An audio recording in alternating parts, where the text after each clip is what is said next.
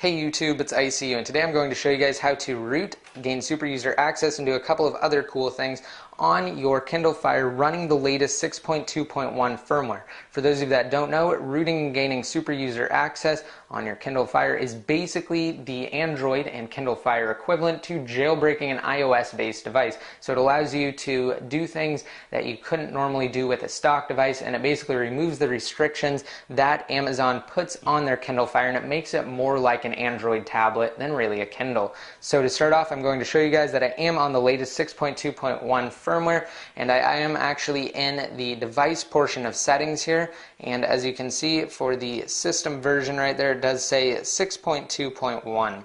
Alright, so I'm just going to close out of that, and I do have my Kindle right here, obviously. This is a stock Kindle. I haven't done anything to it except put in my information. I did just get this the other day from Amazon as a replacement to my other Kindle Fire. So to start off, you do need to actually have a Windows-based computer to do this, and if you don't, if you have a Mac like I do, you can just get Windows inside of a virtual machine like I have done here.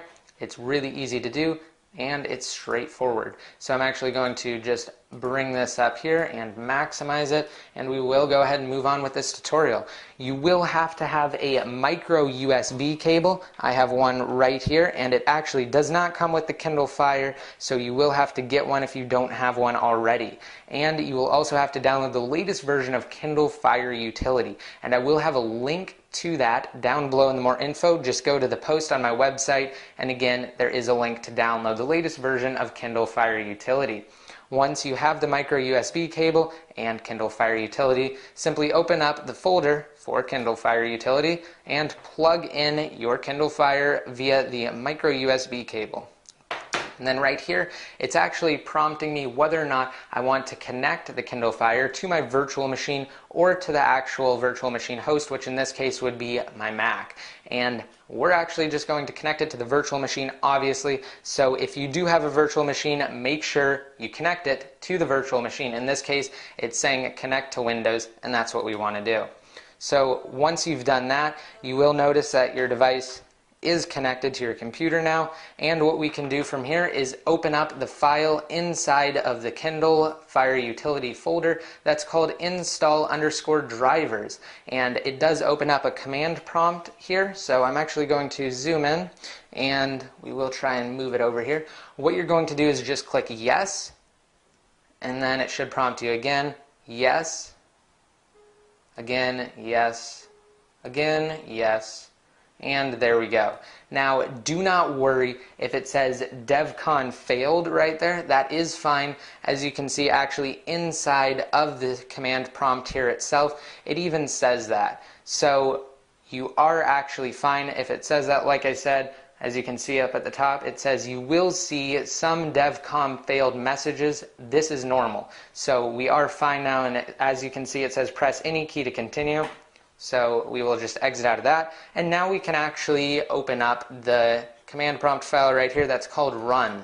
So open that up, and it launches the Kindle Fire Utility. Alright, so here we have a couple of different options. First of all, what we're going to do is actually root it. So in order to do that, you are going to simply press 3 on your keyboard to install permanent root with superuser. So just type 3 and hit enter. As you can see, it is rooting the Kindle Fire. We will zoom out here, and it says root enabled on the Kindle Fire, and it's just talking about the credits here, so we can click exit to that.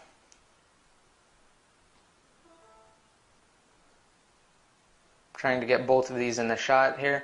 As you can see right here inside of the command prompt, it says press any key to continue. Again, connect to Windows if you get a message like that and you're running a virtual machine. So press any key to continue. There we go. So now it's back to the main menu, and now we have actually rooted our Kindle Fire, and we have super user access on it. And again, this is a permanent root. If you don't want a permanent root, and you basically just want to do a couple of quick things with your root, then that is always an option, and you can do that. But again, we do want a permanent root because we want super user access all of the time. So now I'm just going to hit disconnect really quick and show you guys that again, this thing is rooted now. So as you can see, let's bring this up here. It tells us what's new here. It gives us some information, and as you can see, super user. So we do have super user access on this device now. Let's go back home, see what else we have. Alright, so this is just explaining the burrito route for the Kindle Fire, and we can hit agree to that, and you rock. We can just click exit, and we are rooted on our Kindle Fire now. So let's come back over to the computer here, and let's do a couple of other quick things. I'm going to zoom in. As you can see, we are still connected on our Kindle Fire, but I'm going to disconnect it and reconnect it, so we actually go back into the USB mode. Alright, so now we are reconnected, and what I'm actually going to do here is hit 6 for extras, hit return. So you can do a couple of other different things here in the extras section. So you can replace your framework res.apk. You can also install Google Apps and Go Launcher. That basically makes your device have an Android-like interface. So we're going to do that right after I go over a couple of the other things. You can lock and unlock the wallpaper, and don't worry about the others. So what we're going to do, like I said, first is install the Google Apps and the Go Launcher. So let's hit 2 to that and return. And it will go out and download the files if you don't have them. As you can see, it says that they are missing the files, so they're going out to download them. This shouldn't take too long. As you can see, it says we only have 15 seconds remaining, so it just depends on your internet speed here. There we go. As you can see on the device here, it's just saying root enabled again, so we can just click exit to that.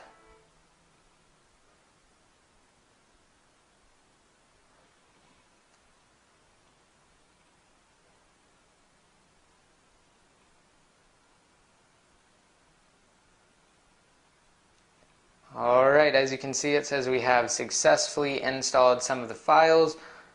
We just have the normal Kindle Fire here. Do not unplug it though, because it's still in the process of actually installing the Google Apps and the Go Launcher.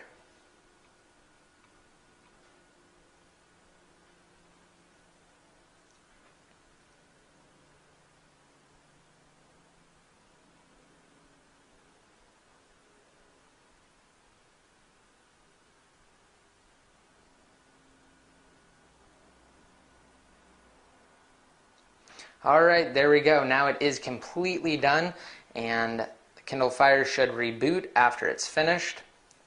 I'm just going to unplug this here.